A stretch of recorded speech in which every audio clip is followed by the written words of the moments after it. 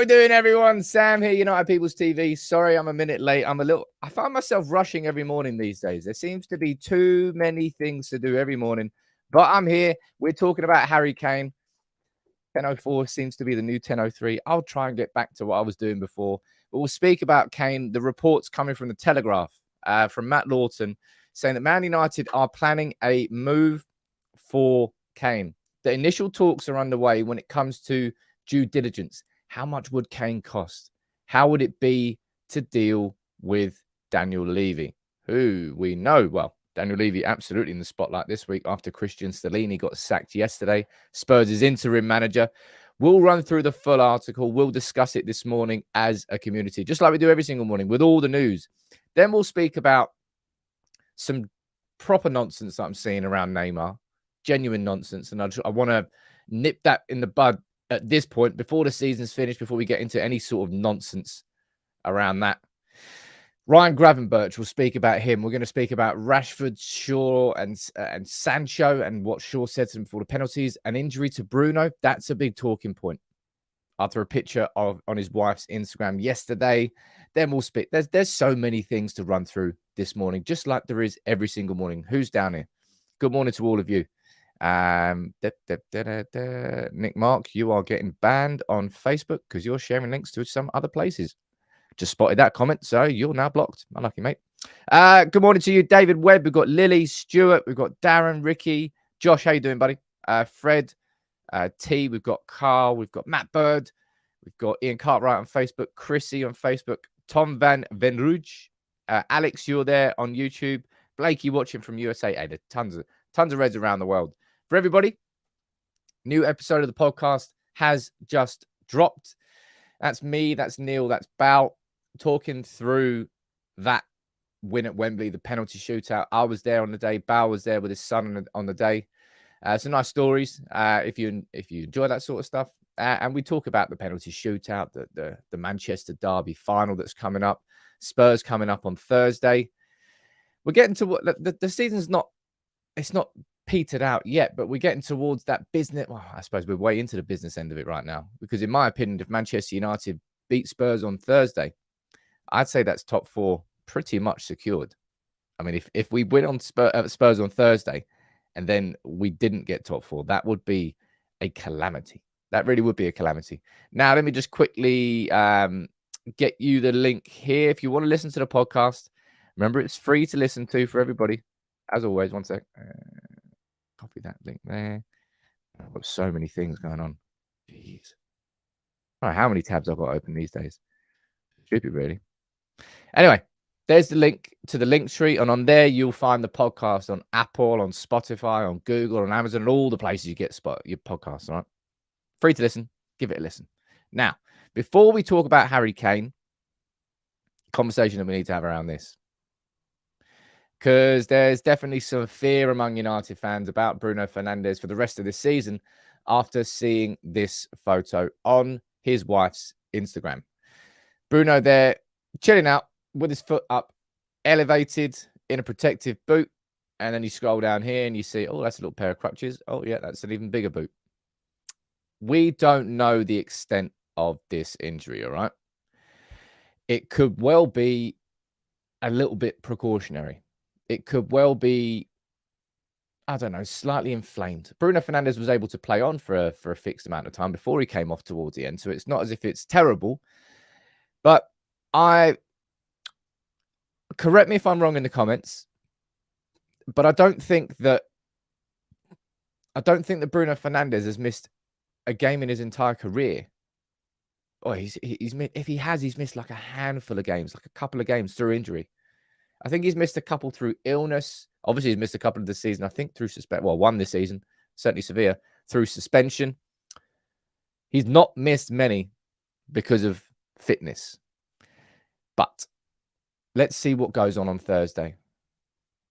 If we're saying, I don't know, if we're saying like best case scenario, it's probably just maybe a little bit of a twisted ankle.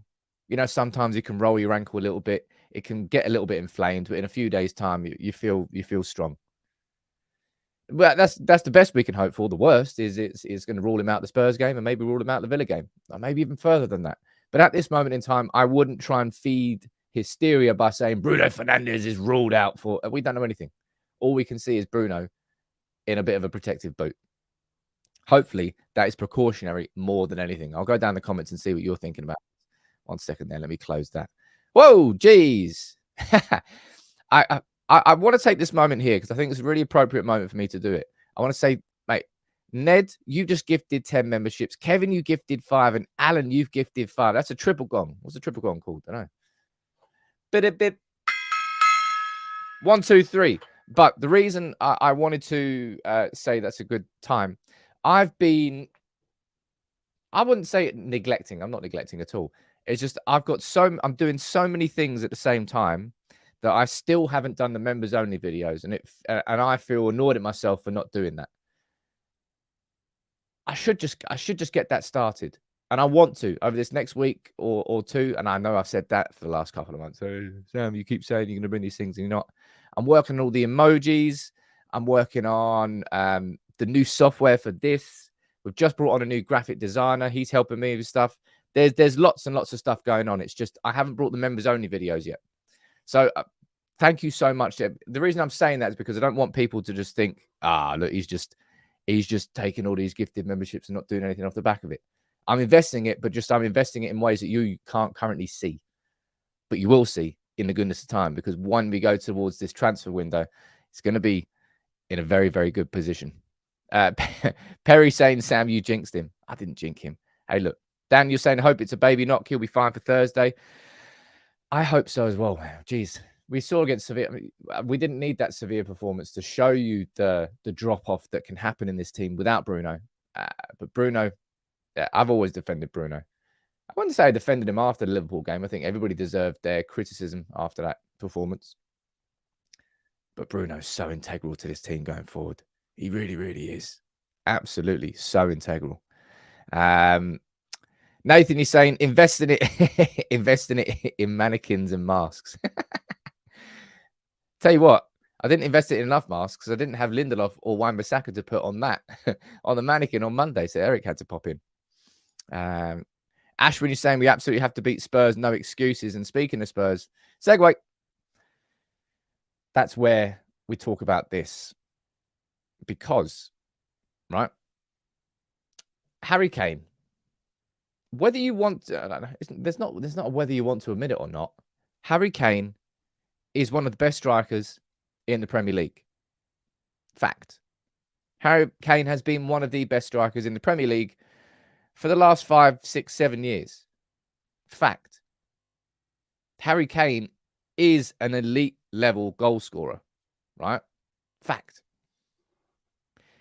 Now, I would say, look, I'll run through the story here first, and then we can discuss it as a community, because I know that I was speaking to the lads on the podcast last night, right? Neil and Bal both absolutely want Man United to get Harry Kane. It's not even a question in their heads. Absolutely, they want United to sign Harry Kane. And United have opened initial talks. I'll run through the article from Matt Law. We'll discuss it as a community, and you can let me know what you think in the comments below. And I suppose today it feels like an appropriate time to get the poll back up. Harry Kane, Man United. Yes or no, right?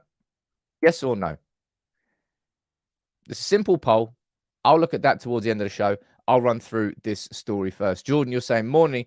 Personally, Kane is too old for us. Now, Jordan, thank you for sending that in. Now, I want to say this quickly about Harry Kane's age, right? Guys, I think it must only, maybe it doesn't only happen in football, but everybody looks at 30 and then goes, oh, geez, he's ancient. Come on. Like, Harry Kane's 29. Harry Kane is not past it. Harry Kane would be a different type of signing, right? But in terms of, people are looking at Victor. What's Victor Osimhen? I think Victor Osimhen is 24. His age.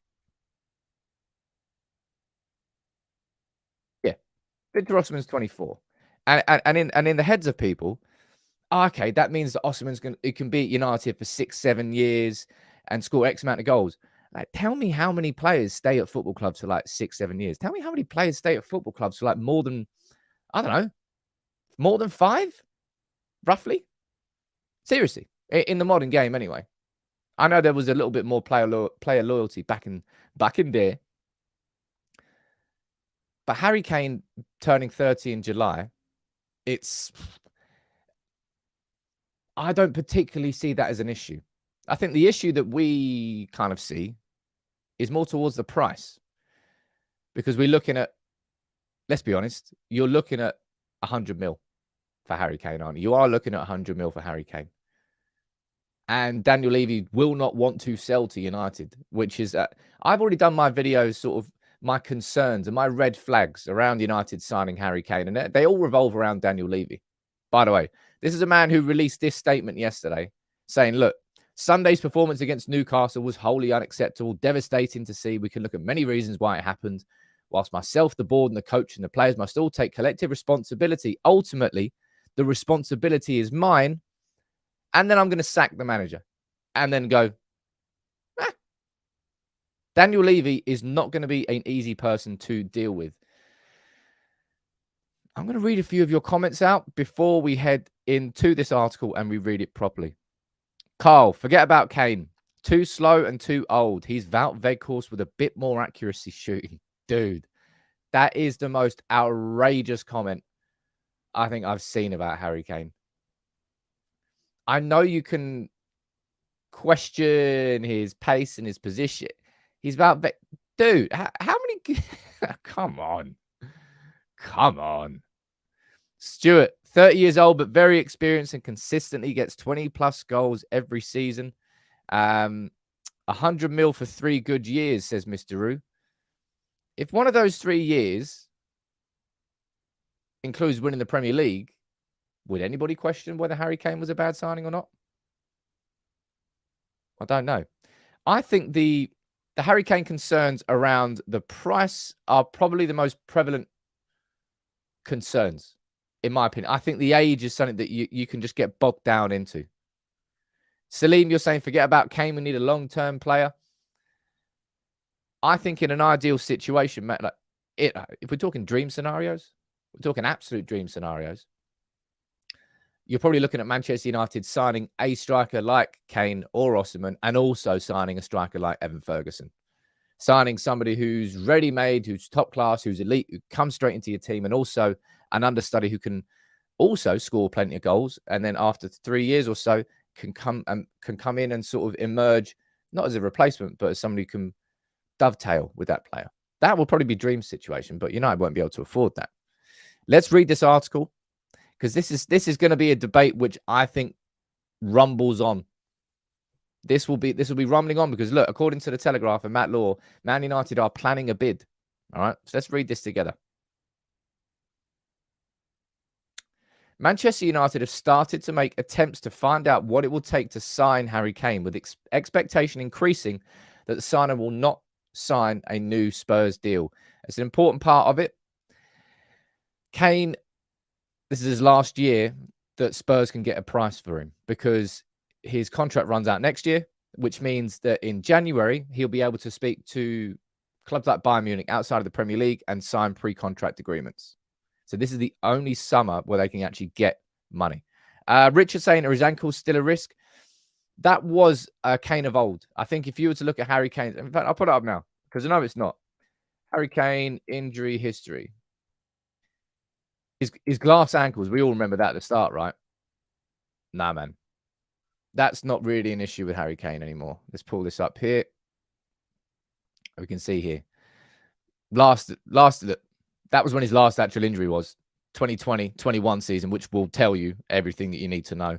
And the last injury that ruled him out for any serious amount of games, missed 14 games back in the 2019-20 season.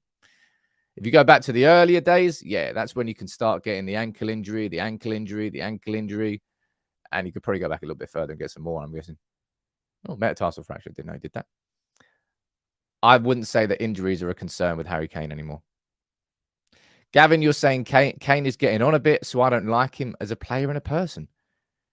That's a bit harsh. Harry Kane really didn't do much to offend people. I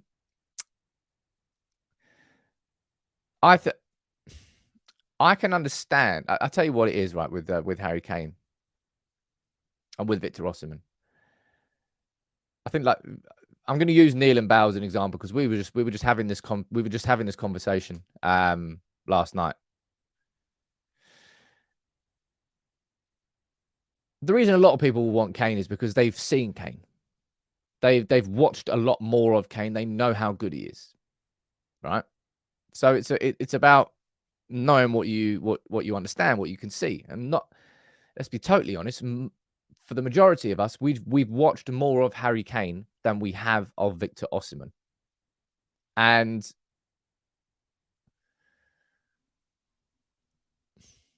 that familiarity makes it easier to want a player.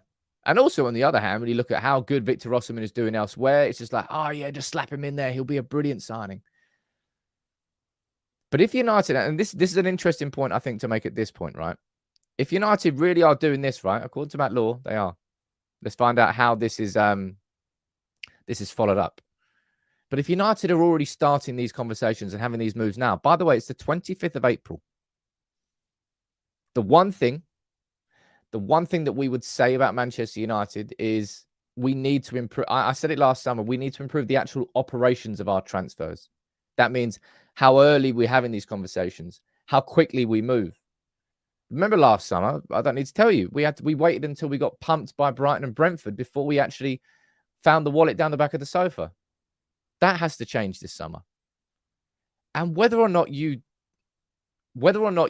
think Harry Kane is too old, whether or not you think that Harry Kane would cost too much, Harry Kane is a world-class, elite-level finisher, and there are not many better than him at that in world football.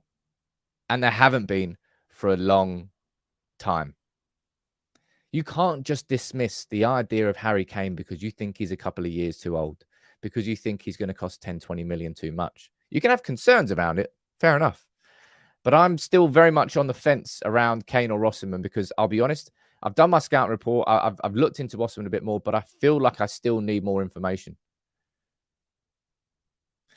John, you're saying, Sam, you just opened a can of worms. You are okay with Kane's previous injury history, but you're not okay to give Martial a go to sort out his injury issues. Dude, how are you possibly comparing? That's like comparing apples and oranges. I've just shown you Kane's last major injury. Not really major anyway. It was in the 2019-20 season. Martial has missed like 37 games this season. I don't know how many games he's missed this season. But I don't know how you're possibly trying to link those two things at all. Nathan, you're saying the feeling here in Italy is that Osimhen is currently putting up numbers that are actually above his level. I can't confirm or deny that. I mean, he's been nailing it with Napoli this season. They beat, They beat Juve with last-minute win at the weekend, didn't they? And then Roma lost against Atalanta yesterday. Looks like they've got it all sorted. Parker, you're saying Martial has been here 8 years and has been relatively crap. Just because you get longevity out of a player doesn't mean it's a good thing. I think that's a fair comment there from Parky. And I think, I'll be honest, I don't get stuck in that mindset. Geez, Kane's got more goals than Martial has games. If you don't laugh, you will cry. That's a bad stat, though, isn't it? In my head, I always think about that. I remember when, who was it that we signed? Take Martial for a perfect example, actually. We paid like 50 million for a teenager. We were like, yeah, cool. But if we get 10 years out of him, then it's going to be worth. And I remember having these conversations at the time. If Kane comes in, and obviously there's going to be Van Persie comparisons, right? There will be Van Persie comparisons. We lost the league on goal difference. We signed the best goal scorer in the league. What happens? Boom, we win the league. You can't just turn your nose up at Harry Kane. It's not, you can't do it. You can't just dismiss Harry Kane. And I have my concerns about dealing. I have more concerns about dealing with Daniel Levy and Spurs and how the actual structure of the deal and how long it would take. I have more concerns about that than I do about whether Harry Kane would be a good signing. I don't really have too many concerns around that. This dude wants to be the Premier League's all-time top goal scorer. This dude wants to win the Premier League. And I don't think that. I think you're looking at how Harry Kane has changed his game at Spurs. He's ended up becoming a bit more of a playmaker. But inside that United team, if he could just operate as a pure number 9 again, he would operate as a pure number 9 again. And his ability to drop deep is also not the worst thing in the world. Jonathan, you're saying Kane will get 30 goals with Bruno and Eriksen supplying him. I can't disagree with that. I'd have more. I think there are more guarantees of goals next season with Harry Kane than there are with Victor Osimhen. If we're talking about first season guarantees. And that's a personal opinion. Let's have a look there. And you're saying, what is his motivation to join us? He had the chance of joining City. He's too old to care about. If the only reason he leaves Spurs is for silverware, because he can stay at Spurs and he'll become their all-time top goal scorer. And then, well, he already is, sorry. He'll become the Premier League's all-time top goal scorer at a canter. If he leaves to win the Premier League. And look, you could say that this could have an impact on it. I had a conversation around this yesterday about Kane and Chelsea. Now, on the surface, you think there's absolutely no chance that would happen, right? I would also say there's pretty much there should be no chance of Poch going to Chelsea. But lo and behold, here we go, Poch going to Chelsea. I don't think Kane would go to Chelsea, but that's an interesting thing that might impact it. I'm going to go that. I think this is a really interesting debate. Probably this is going to be the most interesting debate I think we're going to have all summer around who the right signing is or isn't, because we all know the impact that the right striker has on this team. Like, I know that we need to improve our strength and depth in midfield. Well, you know full well that I feel Manchester United need to sign a goalkeeper. I think that's critical for the build-up play.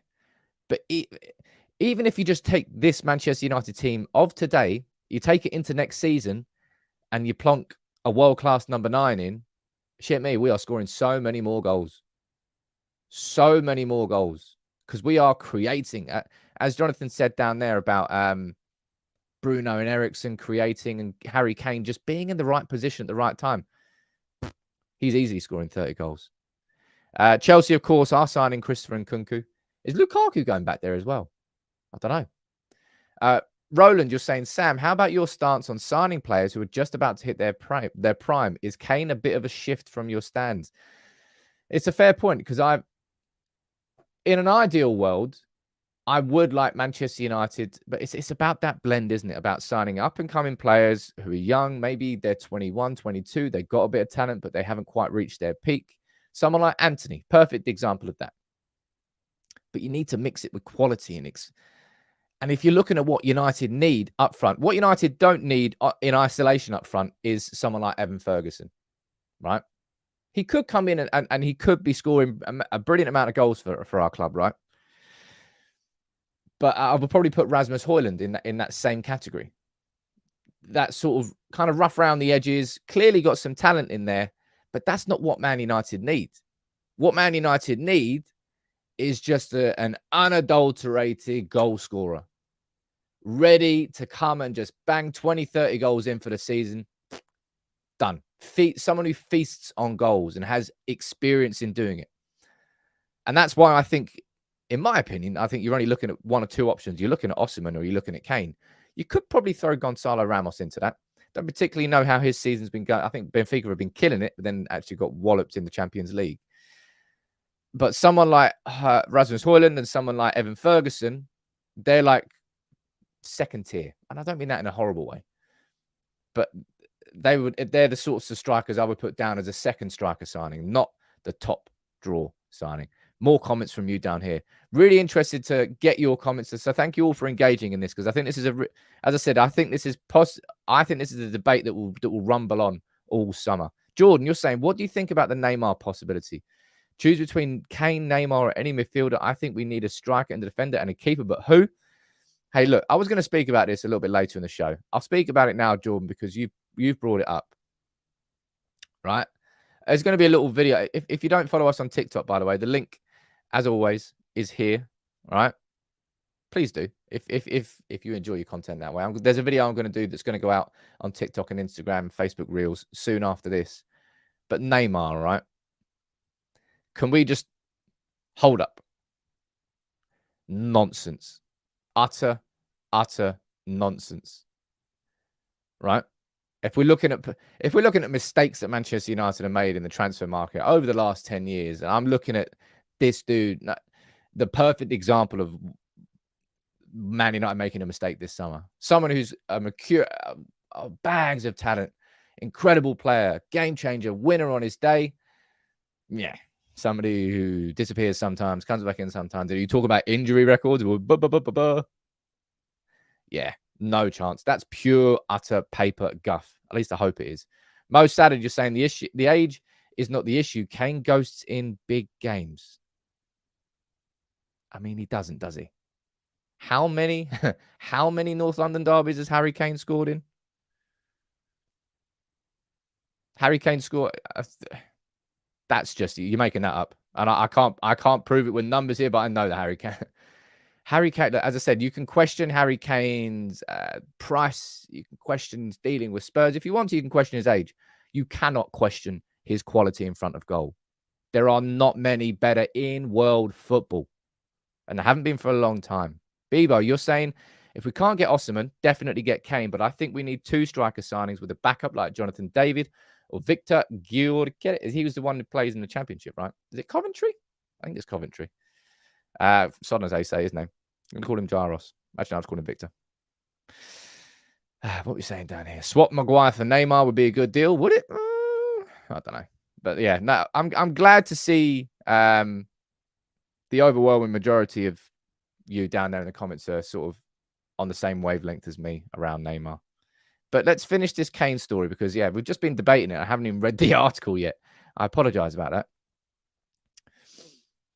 that. Telegraph Sport understands that United plan to bid for Kane and that the due diligence over what his price tag might be and how to handle negotiations with Tottenham chairman Daniel Levy has already begun.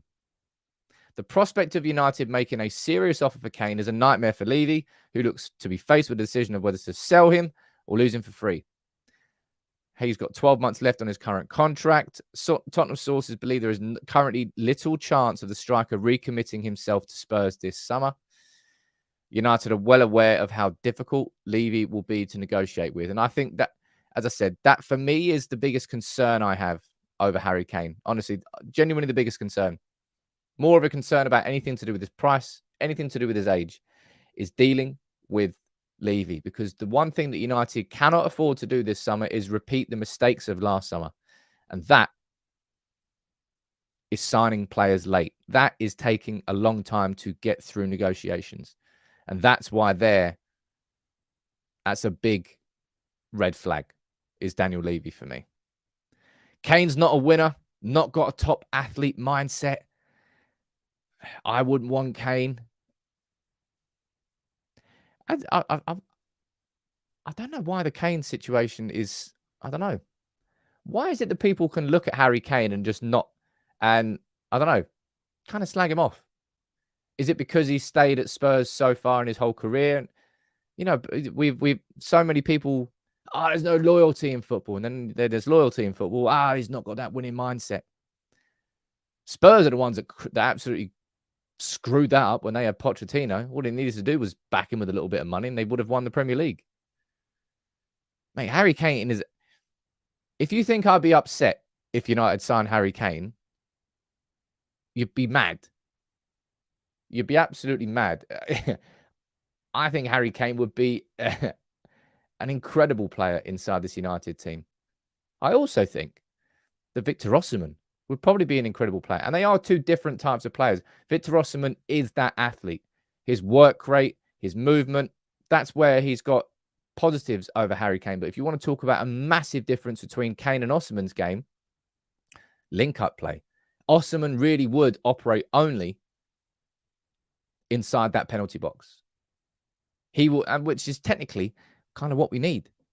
But Harry Kane has the ability to drop back to even the goal that he scored against Newcastle, driving past. I don't know what the Newcastle player was. Not that I'm trying to take any sort of positive there.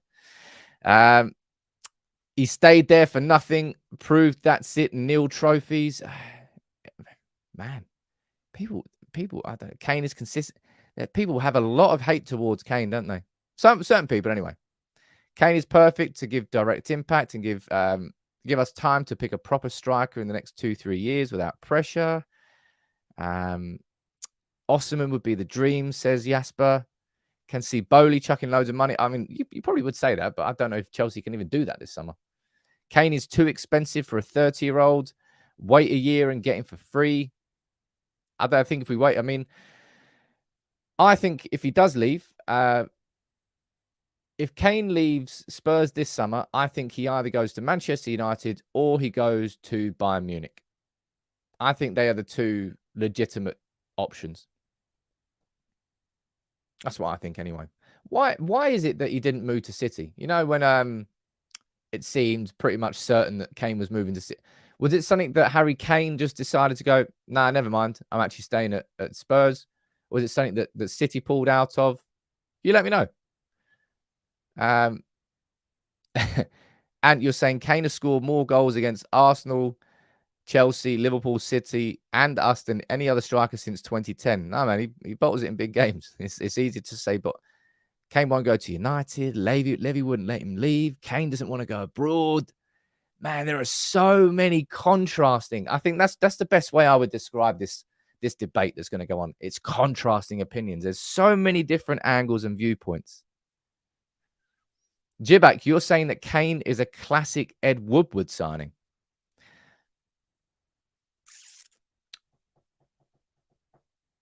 I'm not sure if I would put it in that category, personally.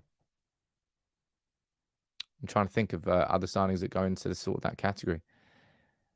Pogba.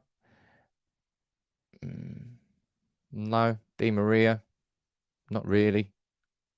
Well, I mean, Di Maria and Pogba were more Ed Woodward type signings than Harry Kane. Kane isn't the way forward. We need a young pressing striker. We need a striker that dreams of playing for us, not the one that fans dream about. Kane would have the Van Persie effect, not the Di Maria effect. This is mad, isn't it? This is mad. Neymar. Yeah, then Neymar would be an Ed Woodward type signing. Harry Kane, an elite level footballer, an elite level goal scorer.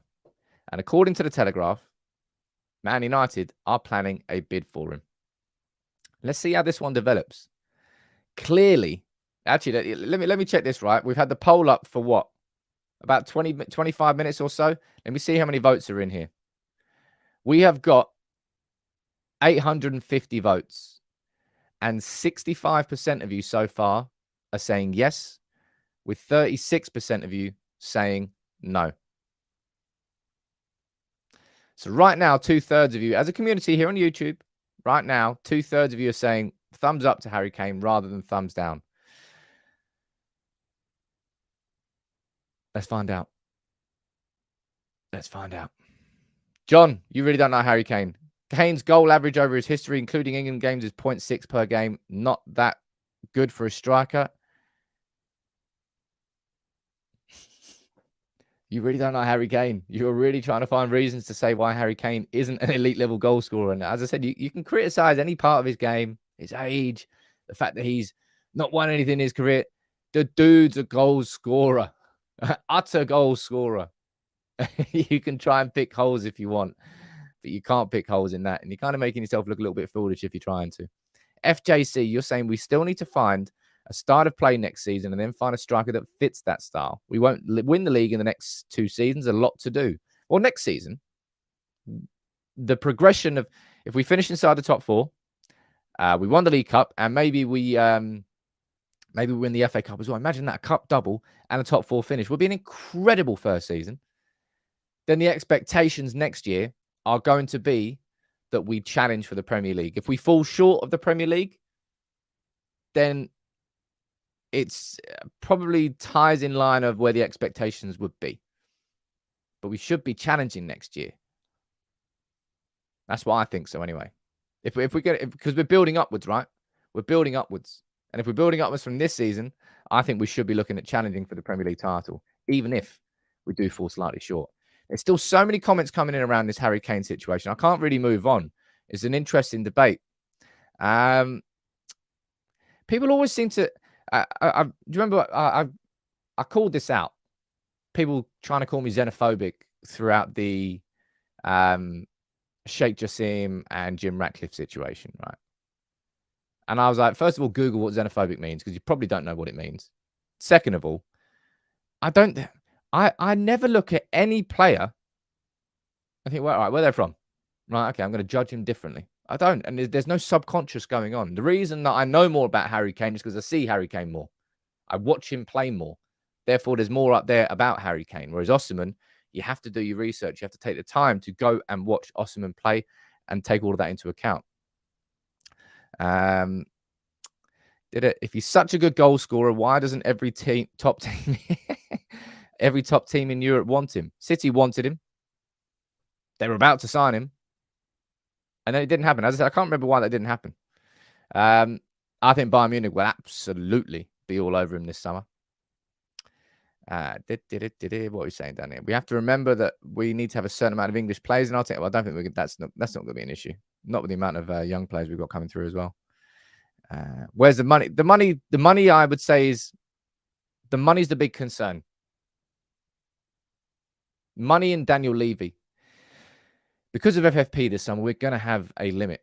But the reality is, even if you're looking at Osimhen instead, you are looking at 100 mil.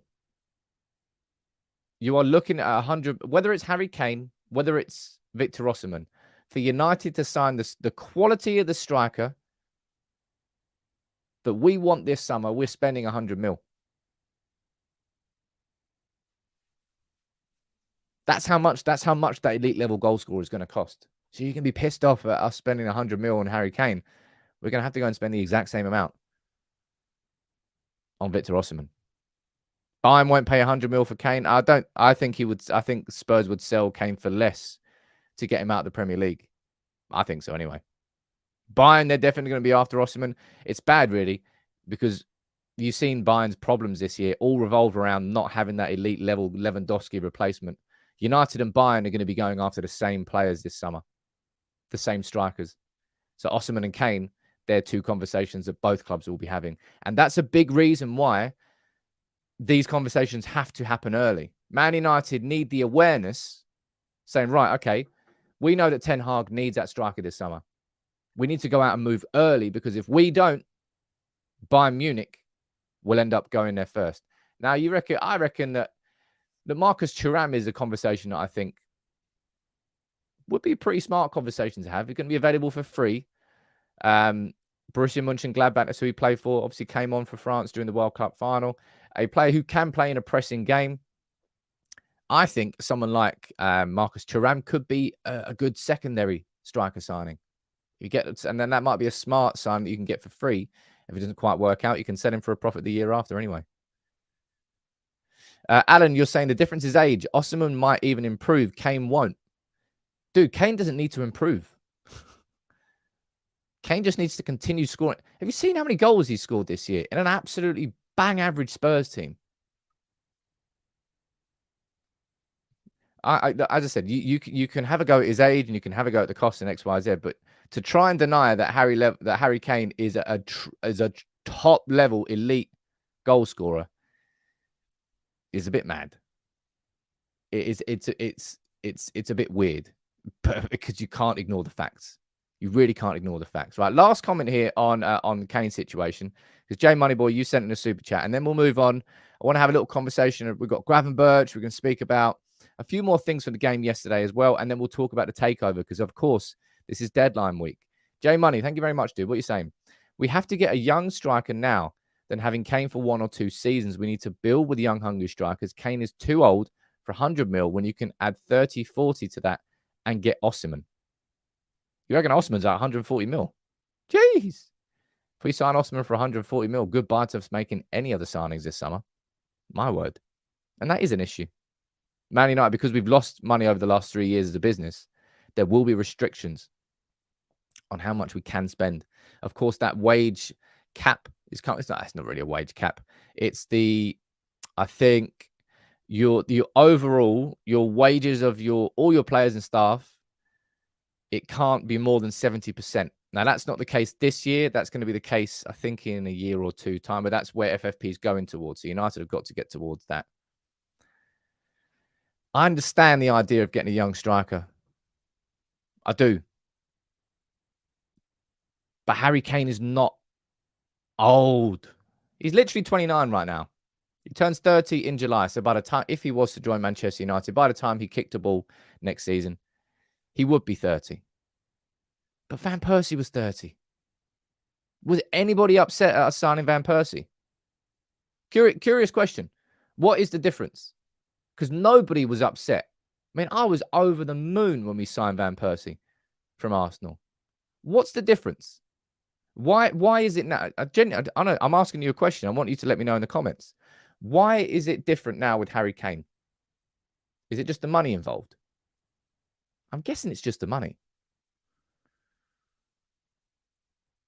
I think Van Persie was what was he, like 30 odd million, something like that? I'm presuming it's the money. Going down there, looking at the comments. Yeah, it's the money.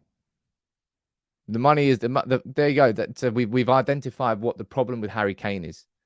It's not really got much to do with his age at all, is it? It's more to do with the fact that Harry Kane would cost 100 mil. That's the crux of the issue. And I can understand those frustrations. And I think that's why this debate's going to rumble on. I'm pretty sure it's only the money. Kane equals eggs in one basket. How would that differ if we signed Osimhen for 100 mil, Fred? I mean, surely that would be the exact same sort of basket, exact same amount of eggs. I don't know what you want to call it. That was 2012, though. Van Persie would cost 150 mil today. Yeah, he'd certainly cost a lot more than 30. Why are all of you so fussed about value for money? Is it just a curious question? Because obviously it's not our money. Ultimately, that won't actually impact how anything goes on for us. It's just, I think you all want United to act and operate as smartly as possible, right? That's what I want. That's something that we've got wrong over a good amount of years. This is going to be such an interesting development. If the Telegraph are correct, and if United do go after Harry Kane, how United fans sort of maybe come to terms with it. And I suppose what will define that would probably be what else United are able to, if hypothetical situation here, if United were to sign Harry Kane, I think for a lot of fans, what would make it a good or a bad signing is what else we're able to do in that summer. Because we know full well there's not just Harry Kane we need. We're looking at an ideal situation this summer. We're looking at a centre forward, ideally, probably a second centre forward, another top level central midfielder, and in my opinion, a goalkeeper.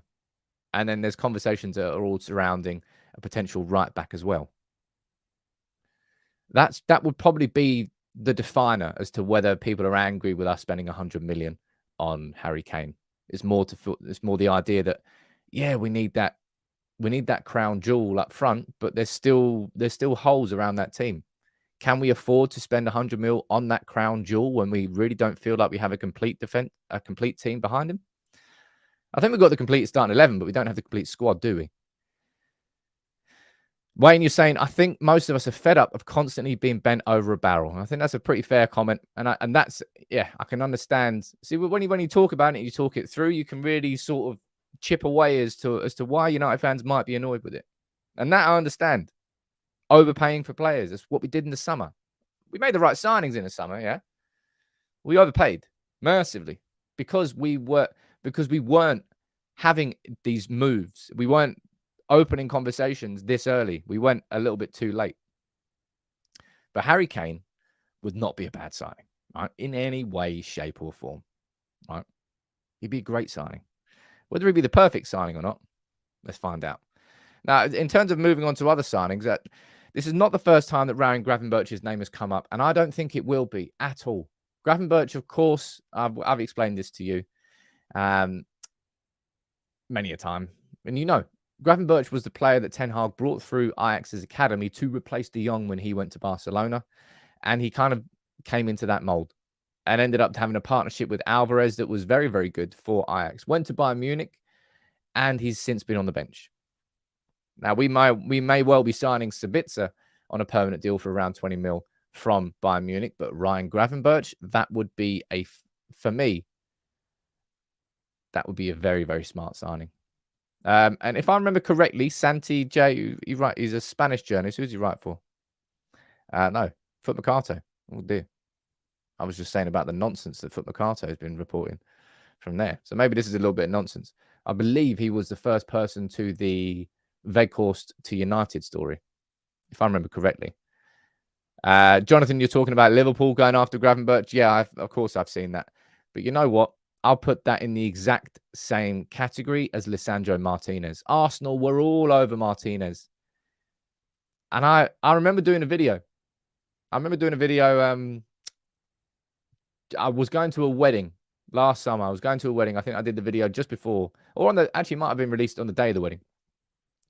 And I said, I'm not even slightly concerned about Arsenal Martinez, because if Ten Hag picks up that phone, Martinez is coming to United, and that's exactly what happened. And the exact same thing exists with Gravenberch. Liverpool, you can sniff around them all they want. They're not going to go after Jude Bellingham. They're trying to rebuild this summer. They're going to try and make multiple midfield signings. If Ten Hag picks up the phone, Ryan Gravenberch is only going to one club, and that's Manchester United. All right.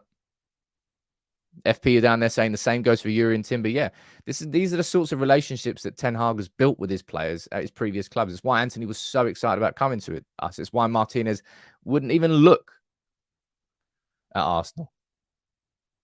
If Ten Hag wants Gravenberch, United will get him. And I'd be surprised if we weren't interested in looking at him. The question is whether he'd leave Bayern Munich, right? That's the question. And you're saying down there, does Gravenberch exchange one bench for another? That's where I think you have conversations around Eriksen. Because Eriksen was never brought in as a player who plays every single week for Manchester United. And I think, you're looking at Man United right now. You're looking at a leggy Casemiro. You're looking at a leggy Eriksen too. I think you're looking at Gravenberch just coming in and playing alongside Casemiro, with Eriksen being used as a substitute, and Eriksen and Gravenberch sort of dovetailing each other. They'll start some games, and then Gravenberch will start some, and they'll kind of chop and change. Fred, you're saying, where's all this money coming from? This is why United have got to be so smart this summer. I've told you. I think Harry Maguire, 30 million minimum. Scott McTominay, somewhere in the region of 20 to 30 million, I think is a fair amount as well. And then we can upgrade Scott McTominay to someone like Ryan Gravenberch, whose profile fits better. Martial, I think you're looking at 20 million. And then you're looking at Telles, Bay, Jones, Tuanzebe, Williams. Then you've got lots of players leaving on. Like Man United should easily, this summer, be able to raise over £100 million through sales. Easily. And we need to, if we're going to be able to do the sort of rebuild that Ten Hag wants. Nick, you're saying, can we loan Gravenberch? It's possible. Yeah, absolutely is possible. And that happens quite a bit in modern transfers, doesn't it? Loan with the obligation or the option to buy. It happens quite a bit because it allows teams to spread out the cost of players for Bayern Munich. Who have they got? They've got Goretzka. They've got Kimmich. They've got Gravenberch. I don't know who else they've got inside that midfield, but Sabitzer wasn't getting a sniff. And Gravenberch is hardly playing at all. I think he's only played 45 minutes once in 2003, once or twice. He's hardly played at all.